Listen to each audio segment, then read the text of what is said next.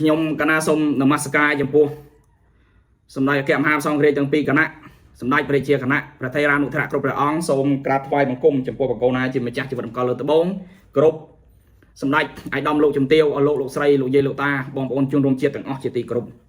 ថ្ងៃនេះខ្ញុំសូមលើកយកមួយមាត្រាទៀតនៃក្រមរដ្ឋប្បវេណីមកចែកជូនពុកម៉ែបងប្អូនបានស្រាប់ទាំងអស់គ្នាក៏ដូចជាការបញ្យល់ទៅលើមេរៀនក្រមរដ្ឋប្បវេណីមាត្រា11នៅក្នុងមាត្រា11នោះគឺសិទ្ធិទាមទារឲ្យបញ្ឈប់ចឹងការប្រើប្រាស់សិទ្ធិដូចខ្ញុំលើកពីសញ្ញាណទូទៅលើកពីមាត្រាមុនមកឲ្យថាការប្រើប្រាស់សិទ្ធិមិនអាចប្រើប្រាស់សិទ្ធិដោយបំពានទេបើកាលណាការប្រើប្រាស់សិទ្ធិដោយបំពានមិនទទួលស្គាល់ដោយច្បាប់ទេ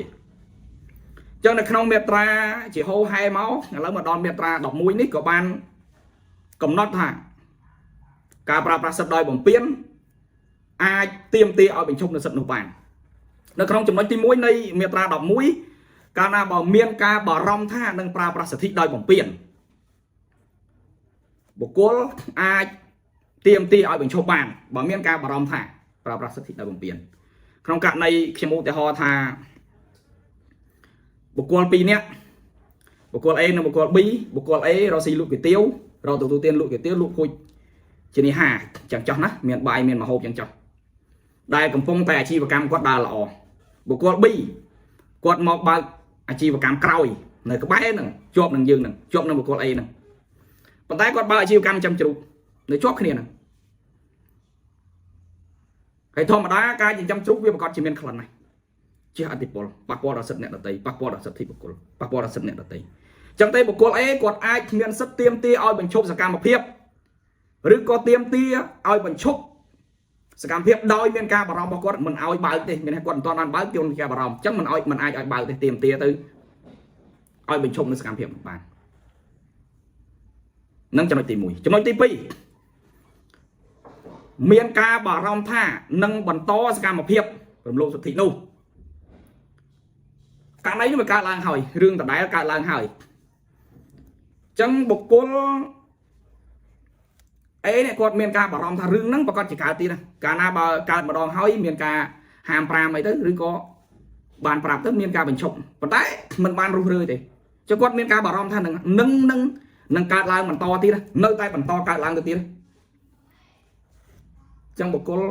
អ្នកនៅក្បែរអ្នកដែលប៉ះពាល់អ្នករងផលប៉ះពាល់ដែលកើតចេញពីសកម្មភាពបុគ្គល B នេះអាចទាមទារឲ្យបញ្ឈប់នៅសកម្មភាពនោះបានព្រោះប៉ះពាល់ដល់សិទ្ធិអ្នកដទៃចំណុចទី3នឹងកើតឡើងដែលខុសច្បាប់ទៀតកើតឡើងម្ដងហើយម្ដងទៀតម្ដងទៀតអញ្ចឹងសកម្មភាពទាំងអស់នេះបុគ្គល A ឬក៏បុគ្គលដែលនៅក្បែរហ្នឹងអាចទាមទារឲ្យបញ្ឈប់នៅសកម្មភាពដែលរំលោភនោះបានអ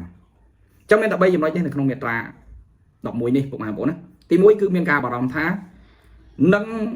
អាចមានការរំលោភសិទ្ធិបុគ្គលដែលខុសច្បាប់ទី2មានការបារម្ភថាការរំលោភនឹងកើតមានឡើង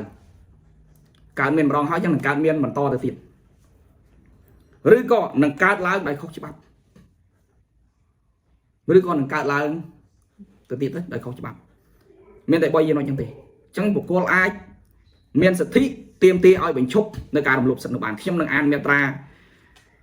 11នៃក្រមរដ្ឋប្បវេណីចែកជូនពុកម៉ែបងប្អូនឲ្យបានស្រាប់ទាំងអស់គ្នាមាត្រា11សិទ្ធិទាមទារឲ្យបញ្ឈប់ប្រសិនបើមានការបារម្ភថានឹងអាចមានការរំលោភសិទ្ធិបុគ្គលដោយខុសច្បាប់ឬមានការបារម្ភថាការរំលោភសិទ្ធិបុគ្គលដែលកើតឡើងហើយនោះនឹងអាចបន្តឬនឹងកើតឡើងដោយខុសច្បាប់អ្នកដែលមានសិទ្ធិបុគ្គលអាចទាមទារឲ្យបញ្ឈប់នៅការរំលោភនោះបានអញ្ចឹងនៅក្នុងមាត្រានេះខ្ញុំបានអានចែកជូនពុកម៉ែបងប្អូនបានស្រាប់ហើយខ្ញុំក៏បាននិយាយពីខ្លឹមសារនៃមាត្រានេះដើម្បីចែកជូនពុកម៉ែបងប្អូនបានយល់ទាំងអស់គ្នាអញ្ចឹងទេថ្ងៃនេះមានតែប៉ុណ្ណេះទេខ្ញុំបកណាសូមក្រាបថ្វាយបង្គំលានិងគោរពលាសូមអរគុណ Daily Poster ខ្ញុំបាទមានទទួលធ្វើស្លាកយីហោគ្រប់ប្រភេទមានស្លាកយីហោប្រភេទមានភ្លើងឬអត់ភ្លើងអក្សរកាត់អាគ្រីលិកជាប្រភេទមានភ្លើងក្តីអត់ភ្លើងក្តីsign board ប្រភេទកស៊ូ banner ឬក៏ sticker បាត់លើ sport មាន J flat មានជើងបញ្ឈរមុខហាងមានភ្លើងក្តីឬអត់ភ្លើងក្តីនិងស្លាកយីហោផ្សេងតូចធំគ្រប់ប្រភេទ và bóng ôn miền tập ra cá phứ slide gì háo xong tầm nhận nông càng daily poster chẳng bạn xong ở cùng